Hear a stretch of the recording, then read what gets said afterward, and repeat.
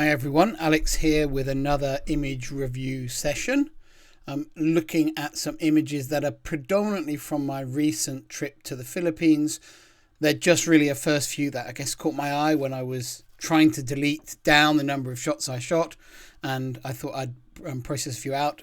I have to say though, starting off, there's a few other randoms that have worked their way in. These first few are from Canada and Komodo, to add to the diversity.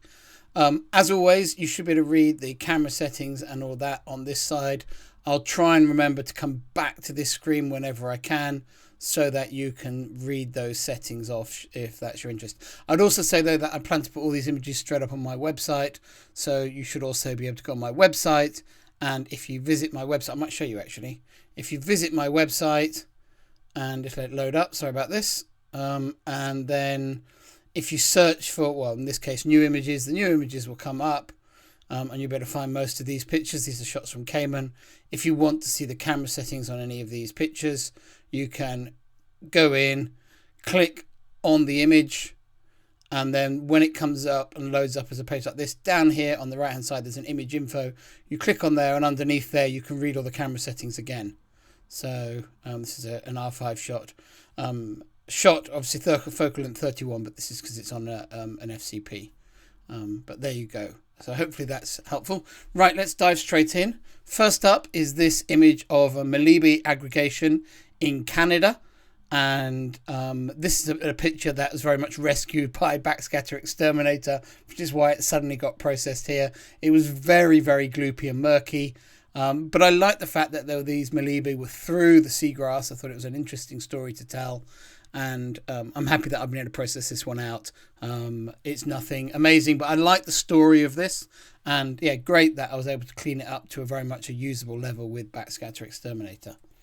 That's why that was in here. These are just a few more pickups from the Komodo trip. These are all in Rincha area. This is a decorator crab on a sea pen. It's actually just crumbling off the top there, but the top is actually in the original. But if I zoom in a bit, you can probably get the top in.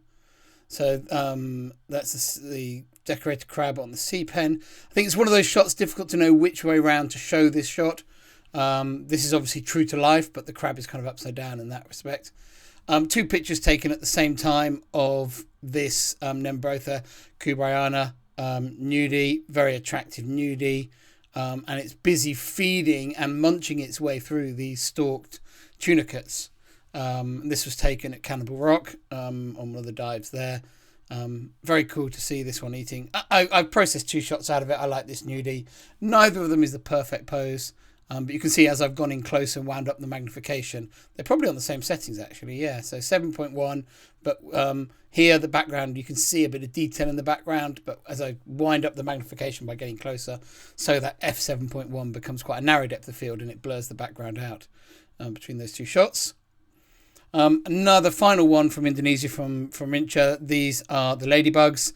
This one, I've shot lots of these, they're all quite samey. I processed this one out because it's rather nice on this blue tunicate. This one SMC2 I would think, to get this level of magnification. It's probably cropped a little bit.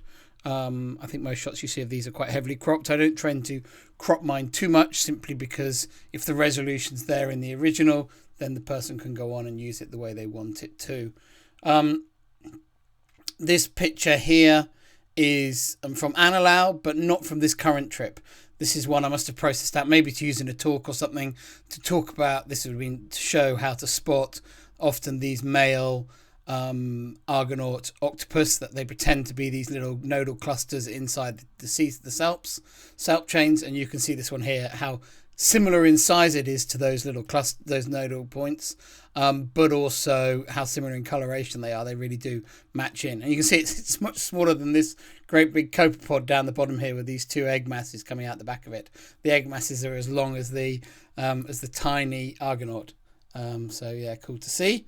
That was shot, that was shot Sony A1 with a 90mm. Most of the rest of the shots are all shot with Sony A1, and varying between the lenses. The daytime shots are often shot with the 90mm Tamron, although these first two aren't. First three aren't, but and then the Blackwater shots are shot with either the 90mm Tamron or the 50mm Sony for some of the Blackwaters, or as this one is, the 90mm but with the EMWL. So a bit of variation in the shots as we scroll down through. Oh, there's some Red Sea ones at the end as well, right? There's a lot of pictures here, so I better get the pace up. Otherwise, this is going to be a mammothly long episode. So I think we've got to these first analau shots now from the recent trip. So this is a coral goby on soft coral, just a simple composition. There was a lovely symmetry in the soft coral, so I thought I'd just go for this very symmetrical frame in this particular picture. More creatures on the soft coral. These are tiny little four-lobed porcelain crabs scattered through this soft coral, and I like the fact that I could get 3 very prominent ones in this, and there are several more in the background. There's kind of an out of focus one there, there's another out of focus one there, there's a couple, at least another one up the top there. So I quite like these shots where you invite the viewer to discover. I don't think the overall composition of that one is so good, but I like the colour palette of it, so I thought I'd process it out. A long exposure of shot with flash of the school of catfish. Just it was one of those ones where I'd had to shallow up, I'd run out of bottom time, I was on the slope, and the catfish were one of the few subjects hanging around at kind of safety stop depth, so I was just playing around with different techniques with them, and I thought I'd process that one out. Now into Blackwater, not the most exciting initial subject, just a post-larval surgeonfish ready to settle down onto the reef for its adult life. And that sort of thing. This zoom is set really high. I think it's 200%, but there we go. Some female Argonaut octopuses. These first 3 shots are all the same individual. This one I got very close, but actually the depth of field is quite limited on this one. I don't like how the eyes look on this. The kind of the pupil of the eye is very silver, is very white, where from that angle. But it's quite cool, the symmetry of the animal with the wings on the paper nautilus shell. And then this is the same individual but shot from more of a classic angle. I'm always when you're shooting the paper nautilus, you're looking to get them in to show different colours. It's sometimes nice to have them very silvery, but it's also nice to have them with colour and red and sort of the orange colour that come out of their chromatophores all over the body. You can see this one's beginning to colour up. I like to try and get a good diversity of shots, but most of all what I kind of am looking for is to have the arms of the octopus in interesting positions, not just held tight to the body. So when you're selecting through, I have lots of shots of this individual, but it's just the ones where there's an interesting colour moment or there's an interesting arm position moment I'm kind of selecting for. They're all shot on the same settings. These are all on f/22. I normally shot a little bit more open than that, but this one was quite reflective. f/20, f/22, ISO 400, and actually you can see how much I've changed my settings during shooting this same individual. So starting off at f/20, ISO 400, then it was a bit bright, so I've knocked it up to f/22, and it was still a bit bright, so I've knocked it down to ISO 320. During that sequence of working the same subject. So just trying to get that optimum exposure out of the subject. Okay, some daytime pictures now. So taken with the Tamron 90mm and with the MFO lens. I'd have had that on for all of these. This is one of the Bath's blennies in the brain coral. Very popular subject. There's quite a lot of different ones in this area, so you can shoot slightly different backgrounds with them, which I rather like, and you're just taking pictures and waiting for a kind of a bit of eye contact, a cute pose, that sort of thing. It's a easy shot to take, but it's a real crowd pleaser of a subject. This was right by the Bath blennies, so this was a lovely orange coloured stonefish, really attractive individual colour wise, and this is just a tight face shot of the stonefish.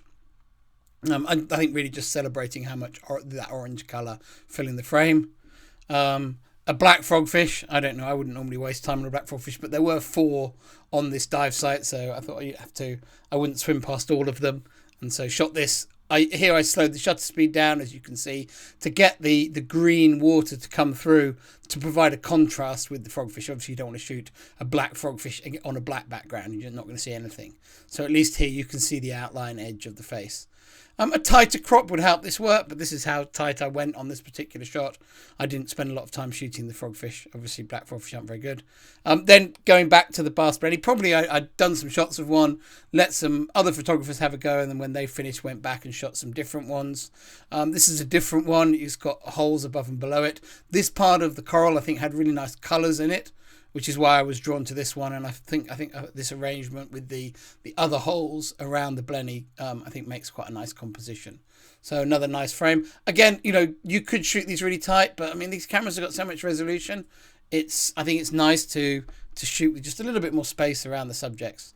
And I really love the patterns in the brain coral. A bar-tailed moray. This is not shot with a snoot. I was doing quite a lot of single strobe on this trip and enjoying using the fact that, if you angle the single strobes across, you can very easily create these very snoot-like lighting effects, but with more side-light feel to them. And I was did quite a lot of shots where I was using the reef itself to kind of semi-shade the subject to create very snoot-like effects, which I thought were really rather nice. But other times you want that more flat lighting, and this is a pair of Coleman shrimps, unusually pointing in different directions. They usually point in the same direction on a fire urchin. But nice Coleman shrimp shot, always a favourite subject of mine. The shots are very similar time on time again, but I struggled to swim past one and not want to shoot it. And this was another one of those subjects that actually my friend Robert found it and passed it on to me because it was at a good kind of deep stop, safety stop depth as we were shallowing up from spending time at depth. So he didn't have enough air to stay on it, so he had to go up to the shallows, and I stayed on it and shot those shots. Back into Blackwater diving, female Argonaut on seagrass. There's a couple of shots of her here. I'm sure shot on very similar settings to the others. F18 1 3/20th. Those are the settings I find. So F18 at ISO 320. If I shoot the backscatter strobes on half power, on an indicated half power, so there's obviously quite a few clicks above that because they have two settings above full power. That works well with these settings. So those are kind of my jump settings for Blackwater. F18 1/400th ISO 320. The 400th is just my sync speed on my A1. On another camera, you could shoot 200, 250th. It would make no difference to the end result. There's really not any significant ambient light around for these shots. A bigger female Argonaut. This one attached on a stick. I think there's a couple of this one. I rather like this angle. It's a bit more head on.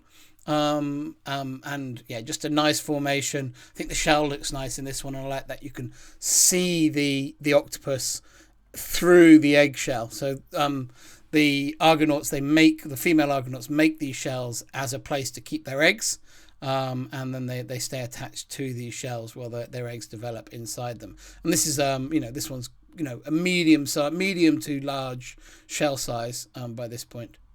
Back to daytime diving, and this time the stonefish again, but now with a wide angle macro shot with the MWL. So that's the same individual stonefish we just saw a few pictures ago back there, but now shot with the MWL. And having identified that this dive site had lots of good subjects for the MWL, having done a macro dive on there, I went back and shot it again with the wider angle lens. Went and shot the blennies again with the wide angle, which I think I'm really pleased with this shot, this look. Had to shoot as slow as a 25th of a second to get that blue to come through. But I'm very pleased with the feel and look of that. I think the wide angle macro suits that subject rather well. And then just one of the many frogfish on that site shot with the MWL. So it was good because I could shoot the blennies for a bit, and then when I wasn't shooting the blennies, I could go off and shoot, frogfish, stonefish, and that sort of thing, anemone fish on that dive site. Back into Blackwater. This is actually obviously these are sorted by time. And so this evening on the Blackwater, I guess this was the only thing I've processed so far, which is just a pipefish attached to a piece of seagrass. I like the fact that the seagrass is bent over in this picture, and I like the overall shape of this little formation of the pipefish pulling. It seems like it's pulling the seagrass, and it's bent the seagrass. A pair of white-eyed morays shot with single strobe, angled in from the back, and it's sort of backlighting the two morays, but because the front moray is just turning its head slightly, the light is catching its face a little bit. And because they've got white eyes, those eyes really do show up. I've not lightened the eye on the second one. It's so bright that it shows up, even with just the amount of reflected light that's around in this situation. And these are just two morays coming out the reef, just pushing the light on the right hand side out to the side and coming back across them, just to turn an everyday subject into a more interesting picture. More single strobe work on the same dive here with a giant frogfish shot with a single strobe, and the shadows on the frogfish are actually the corals on the reef that I kind of tucked the strobe a little bit behind them to cast those shadows across this frogfish's face. And then I was just moving slightly a little bit between each frame and making those shadows shrink and grow across the subject. And I like shots where the subject is emerging from the dark. I'm not a big fan of snooting subjects just to snoot them for their sake, but I do like selective lighting, and that's what I was doing here. And then when I was busy shooting that, I think for the only time all trip I put on a swirl filter and just shot the frogfish with that as well, just for a bit of fun. And the less said about that, the better, I guess. Back into the Blackwater, another female Argonaut. This one's swimming on her own, shot with a 90mm again. All the Blackwater dives I did with the MFO on the 90mm. It's ideal, really. Definitely helps with the focusing. It's not trying to hunt at distances that you're not going to ever encounter subject at, and you're really not. I never had to take it off when I had it with the 90mm with the subjects that we saw. Wonderpus octopus as well. This one was quite mucky, the original shot, but it as with all Blackwater shots, they're very easy to clean. So I've cleaned that one up. And actually, on the same dive I had to leave this wonderpus. I was shooting the wonderpus, and the dive guide was calling us, and I thought, he knows I'm shooting a wonderpus. He must have something better than a wonderpus if he's trying to call me off the wonderpus. And he indeed had found this beautiful diamond squid, which I'd not seen before. Very attractive squid, beautiful patterns they have around their arms, on these sort of membranes that come off their arms, and they're just covered in little chromatophores. Really, really beautiful creature. And I shot several, lots of shots, lots of angles of this guy. That's kind of more sideways on. I shot him down from above. I shot him from underneath. The classic shot with diamond squid is to shoot straight down on them. And that's what this shot here is. I've got a number of different ones of these. I'm going to process a few more out when I get time. But this one caught my eye early on, having decent symmetry to it. It's not perfect symmetry, but it had decent symmetry. So this was an early favourite. And I'll have a sort through and see what else there is to come out from the diamond squids. Again, all the same settings. These are on higher ice because I was using different strobes that had less power on this dive. After the diamond squid, I shallowed back up and bumped into another wonderpus, I think. So that's where this one's from. And this is now, I think, the next night. Oh no, this is wonderpus, but these ones are with the EMWL actually. So this is shot with the EMWL 100 on a wonderpus. This one I'm not sure, but this one definitely is. I remember the sequence.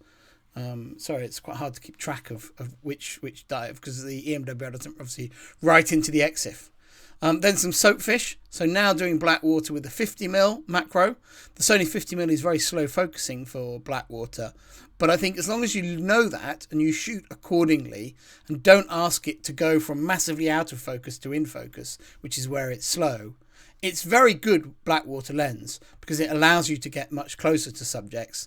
And as long as you sort of wait until the subject is almost in focus till you start it focusing, I found it very easy to shoot. These are a couple of soapfish. So there's one of the soapfish that was yawning. That one's just swimming through. Just really nice colour on those soapfish. So yeah, it was the same individual, just two shots of it. Another wonderpus. We're having a bit of a glut of wonderpus at this time of the trip, which was nice. So this one is with the 50mm lens, and that one was the EMWL 100 degree lens. So yeah, different lenses, but yeah, same results. And then this one is certainly with just the straight 90mm with the MFO. So yeah, different lenses, different perspectives, but pretty similar shots in the end. Now some day diving pictures that I've processed again. This is Linda's flatworm, one of the beautiful flatworms. Very, very beautiful species of flatworm. Really nice colours and patterns on it. My zoom is set wrong on this. I'm going to try and fix that. There we go. Really nice flatworm coming across this lovely red sponge. It was a deep red sponge, but it's photographed very well. Now into back on another fire urchin with Coleman shrimps. If you see the Coleman shrimp over here, there's actually two. There's actually another one hidden underneath the spines here, and I was drawn to this one because it was quite unusual to see a single one on there. And after I was photographing it for a few minutes, the other one crawled out into this space here, so there were two. But I rather liked it with one, and I was able because it was to do the composition where the center of the 5-rayed symmetry of the sea urchin was kind of central in the picture, which I quite like in that composition. Often you have to put that off center if you shoot through that top-down shot. A Blackwater shot, but this time of a swimming crab. I like the reflections on the surface of this one. It's, anything at the surface on a Blackwater dive, if it's calm, will reflect like this, but the bigger the subject, usually the better the reflections. So a nice big crab was ideal for this. And I guess that shot with the 50mm again. And now the 50mm again in the daytime, but now with the curve port, which is ideal when you want to have excellent image quality right to the edges of the frame. And that was great for the blenny, because I was able to place the blenny right up in this corner and know that I'd have really, really good image quality right into the corner of the picture. You can see up here right to the edge, top edge of the frame, I've got really nice sharpness, no chromatic aberration or anything like that from using the curve port. And Matthew and I did an episode on curve ports on the underwater photography show recently, if you're interested in that. And then the final one's an outing with the EMWL on my last day, shooting big nudies. This is Nembrotha milleri and Nembrotha cristata. This was obviously the same individual. This one just from slightly different angles. But this one I was able to shoot right into the sun, which was quite cool. So, yep, that's that. Hopefully you saw all the camera settings that you're interested on. Just scoot around a bit. And then the final couple are just a few leftovers from the Red Sea trips. An oceanic white-tip shark, just coming down from the surface. I don't think this is the most elegant composition, but it's a really nice, clear, clean image of the oceanic. And it's got the diver in, which is nice. It's sort of, a bit more storytelling, quite useful from a magazine perspective. So I processed that one out. A picture of a balled up anemone with coral pinnacle and diver behind, which I thought was quite a nice composition, deserves to be processed out. And finally this turbinaria cabbage coral as the final shot. Just looks so nice with that deep dark blue behind it. Really pings off the picture. There's a little chalky dip damselfish on there, chromis and these little anthias on there as well. So hopefully you enjoyed that scoot through the pictures. These say 50mm lens, but they're obviously taken with the 13mm fisheye, which reports as a 50, and this is with the 28 to 60mm behind the FCP. So that's what, just to explain those EXIFs. But thanks for watching. I'll be back again probably in a few weeks' time, because I'm off shooting for a while, with some new images. There's lots more to share from the Philippines, and I'll have some new images at some point from the Maldives. Okay, bye.